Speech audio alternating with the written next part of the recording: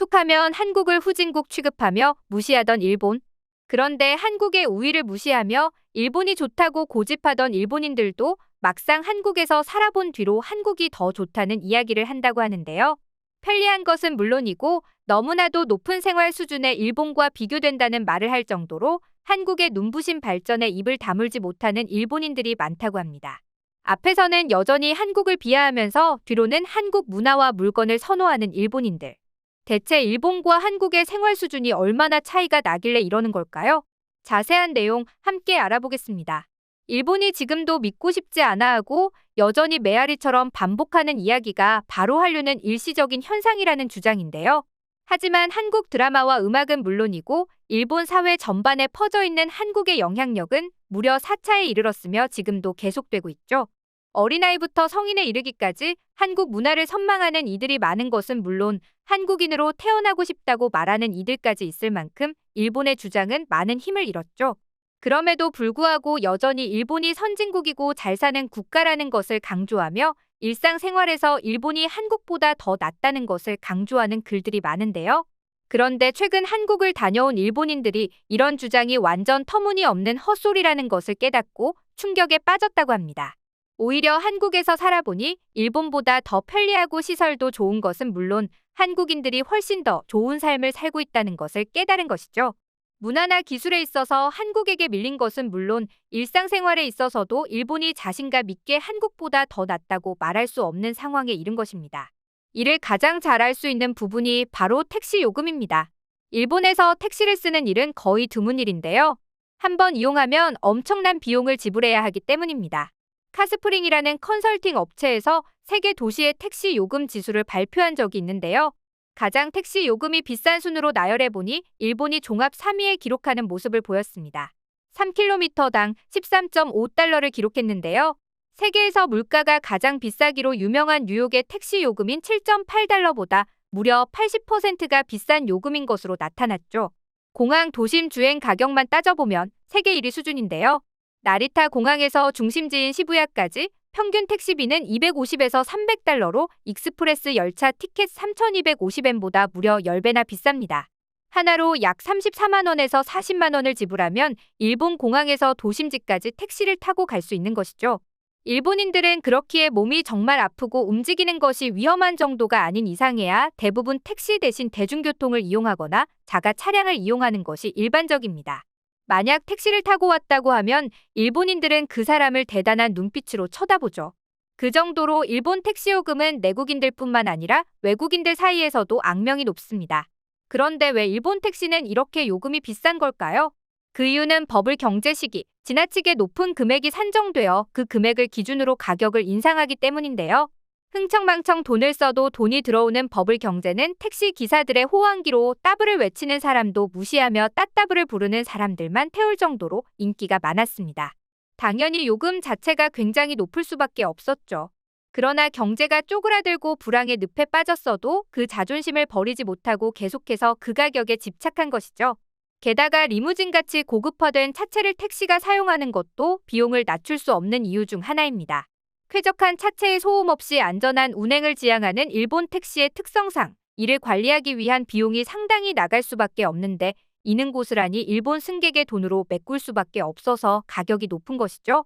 반면 한국은 최근 전기차로 바꾸는 것은 물론 쾌적한 실내 공간을 제공하고 부드러운 주행과 더불어 저렴한 요금을 통해 내국인과 관광객의 감탄을 사고 있죠. 과거와 달리 부단한 노력을 통해 품질과 서비스를 높이며 가격은 저렴하게 유지한 덕분입니다. 대중교통 요금 역시 일본은 만만하지 않는데요. 앞서 택시 대신 대중교통을 탄다고 말씀드렸지만 일본에서 대중교통 역시 만만한 금액이 아닙니다. 조금 먼 거리를 이동한다고 치면 비싼 값을 지불하고 나가야 하는 것을 각오해야 하죠. 이렇게 된 이유에는 일본 대중교통들이 적극적인 수익 개선을 추구하기 때문입니다. 한국은 정부에서 대중교통을 직접 관리하고 요금 및 가격 정책을 설정하는 반면에 일본은 일찍 민영화가 이루어져 많은 대중교통들이 수익성 개선을 위해 가격을 올리는 일을 반복했습니다.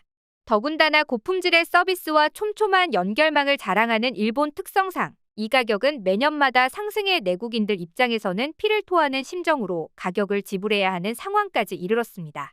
한국에서는 대중교통을 이용할 때 카드 하나만 충전하면 별 무리 없이 돌아다닐 수 있는 반면에 아날로그 시스템을 채용하고 있는 일본에서는 어떤 지역을 가기 위해서 개표소를 직접 찾아가 그 역까지 가는 역수를 계산해 현금을 지불해야 하죠. 불편한 과정을 거쳐서 직접 표를 받아야만 대중교통을 이용해 그 곳까지 이동할 수 있는 건데요. 그리고 대중교통 시스템의 관리 주체가 여러 곳이기 때문에 역을 바꿀 경우 잘못하면 추가금이 지불되는 형태라 항상 현금을 확보하고 있어야 합니다. 만약 실수로 정거장을 지나칠 경우 돌아오는 것이 배로 돈이 들기 때문이죠. 반면 이는 한국에서는 상상도 할 수 없는 일인데요.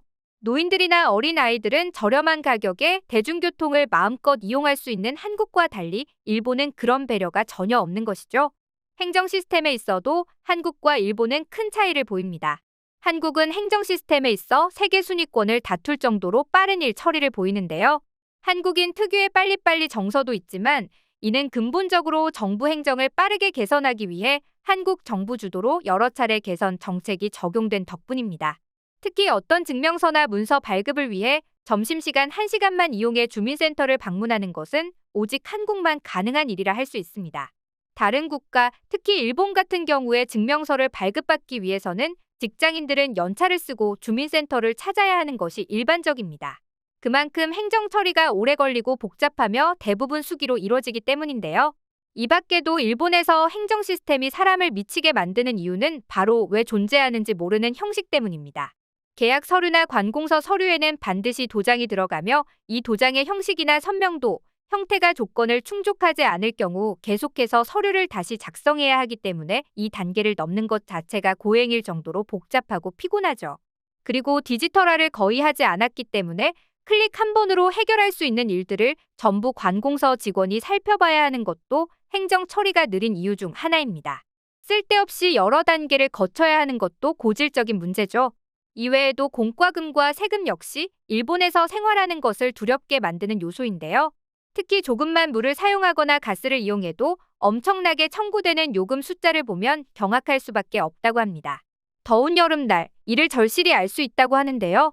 에어컨을 설치해 여름에 에어컨을 틀기만 해도 전기요금 폭탄을 맞는다는 말이 있을 정도입니다. 요금 내는 것이 무서워 에어컨을 틀지 않고 창문을 열어 더위를 극복하는 것이 일반적일 정도로 일본에서는 쪄 죽는 여름이어도 에어컨을 틀지 않죠. 한국은 여름만 되면 실내에 어디를 들어가도 시원한 에어컨 바람을 쐴 수 있는 것과 정반대입니다. 난방도 마찬가지인데요. 일본은 전기 난방을 트는 순간 전기요금 폭탄을 각오해야 한다고 합니다. 단열도 제대로 되지 않아 창문 너머로 찬바람이 느껴지는 가운데 이를 이겨내기 위해 코타츠를 사용하는 것이 일본인들이 추위를 극복하는 방법이죠. 전기 장판을 자주 쓰는 이유 역시 비슷합니다. 돈을 아끼기 위해서 난방 대신 전기장판을 쓰는 것이죠. 추위로 인해 실내 방 안에서 입김이 하얗게 나오는 것과 달리 장판 안은 따뜻한 이유가 여기에서 있는 겁니다. 한국은 반면 단열이 잘 되는 것은 물론 난방을 중요하게 여겨 온돌 시스템을 사용해 조금만 온도를 높여도 반팔을 입고 생활해도 될 정도로 집 전체를 따뜻하게 만들 수 있습니다. 심지어 요금도 그렇게 비싸지 않죠. 일본과 생활 수준에서 차이가 드러나는 부분입니다. 생활 수준에 있어서 여러모로 한국보다 일본이 떨어지는 것이 사실인 가운데 일본인들은 이 사실을 전혀 깨닫지 못하고 일본이 최고라는 말만 반복하고 있는 모양새인데요. 과연 이들이 제대로 된 현실을 목도하고 자국의 비참한 현실을 개선할 수 있을까요? 귀추가 주목되고 있습니다.